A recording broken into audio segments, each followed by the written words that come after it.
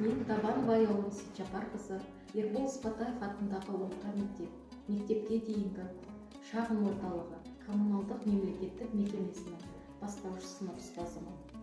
Мектеп, осы сөзде үлкен мән мағына жатыр.